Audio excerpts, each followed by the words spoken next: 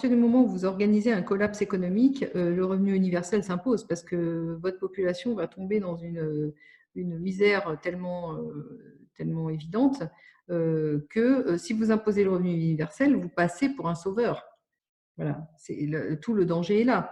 En réalité, bon, si on regarde objectivement, je dois dire que ce Covid-19 n'est quand même pas la peste noire qui a décimé 50 ou 60% de la population au Moyen Âge. On en est loin.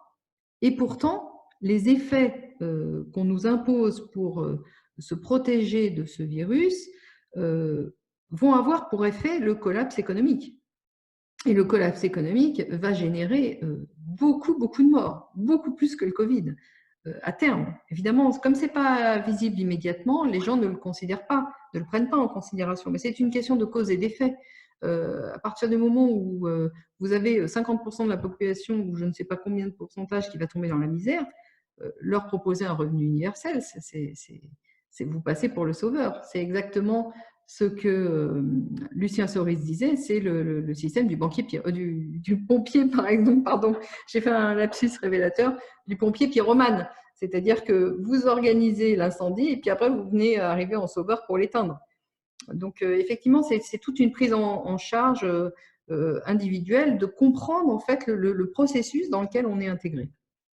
Et le revenu universel est évidemment une façon de tenir les gens, puisque votre revenu ne dépendra pas de votre activité, mais elle dépendra de la volonté d'un tiers qui vous échappe de continuer ou pas à vous verser des sommes qui vous permettront de survivre ou de vivre plus ou moins décemment.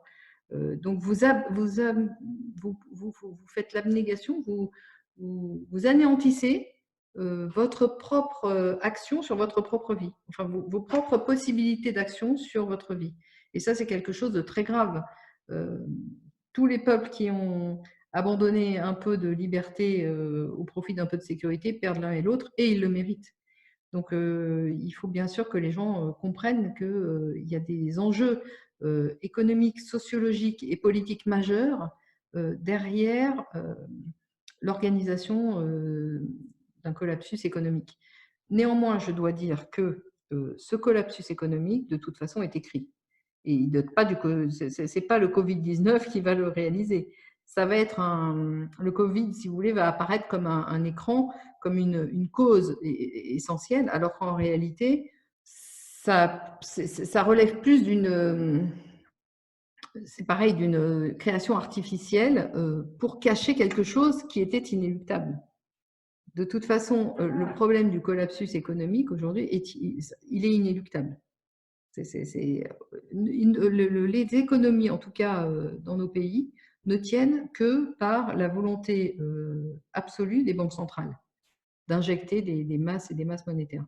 Mais cette volonté-là, elle peut s'arrêter du jour au lendemain. Donc en fait, les économies et la réalité de la richesse des populations ne dépend que d'une chose, de la volonté des banquiers centraux.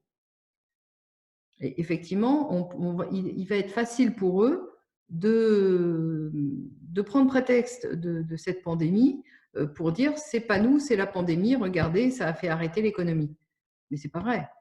L'économie, elle est sous perfusion monétaire depuis aujourd'hui, depuis 2009, depuis 2008. Hein. Donc, en fait, le système n'était pas viable et il est possible que cette pandémie soit mise en avant comme une cause du collapsus économique, alors qu'en réalité, ça ne sera pas la vraie cause. Et ça, c'est dangereux. Effectivement, il vaut mieux en prendre conscience.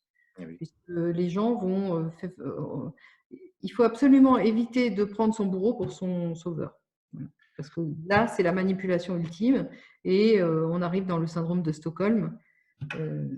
Ça ne se finit pas bien pour les gens.